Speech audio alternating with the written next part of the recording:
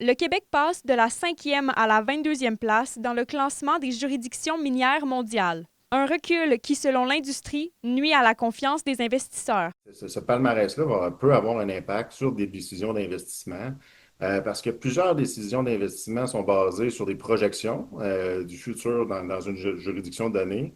Puis aussi, c'est un niveau de confiance, en fait, là, en ce territoire-là pour accueillir des investissements. Donc, c'est sûr que ce palmarès-là, quand on voit la chute quand même importante là, du Québec, ça a un impact. À Val-d'Or, le président de la Chambre des commerces constate déjà les effets sur le terrain. Le fait de devenir un peu plus loin dans le classement nous défavorise dans l'intérêt que les investisseurs vont avoir pour, premièrement, explorer sur leur propriété de manière plus intensive, plus approfondie.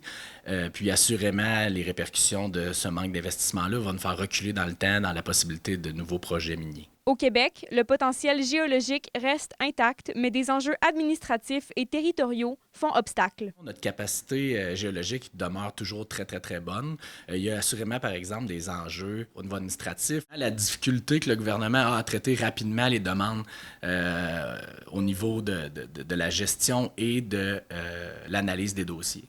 Donc, c'est l'enjeu principal qu'on entend le plus parler qui vient ralentir l'émission de permis.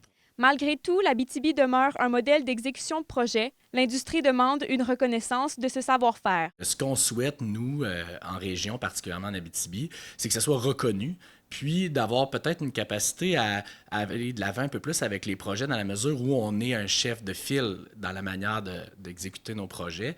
Donc, d'accélérer l'émission des permis en mesure où on respecte assurément tous les barèmes qui sont obligatoires pour faire des projets qui sont conformes et en respect de l'environnement. Élise Tessier, RNC Nouvelles, Val-d'Or.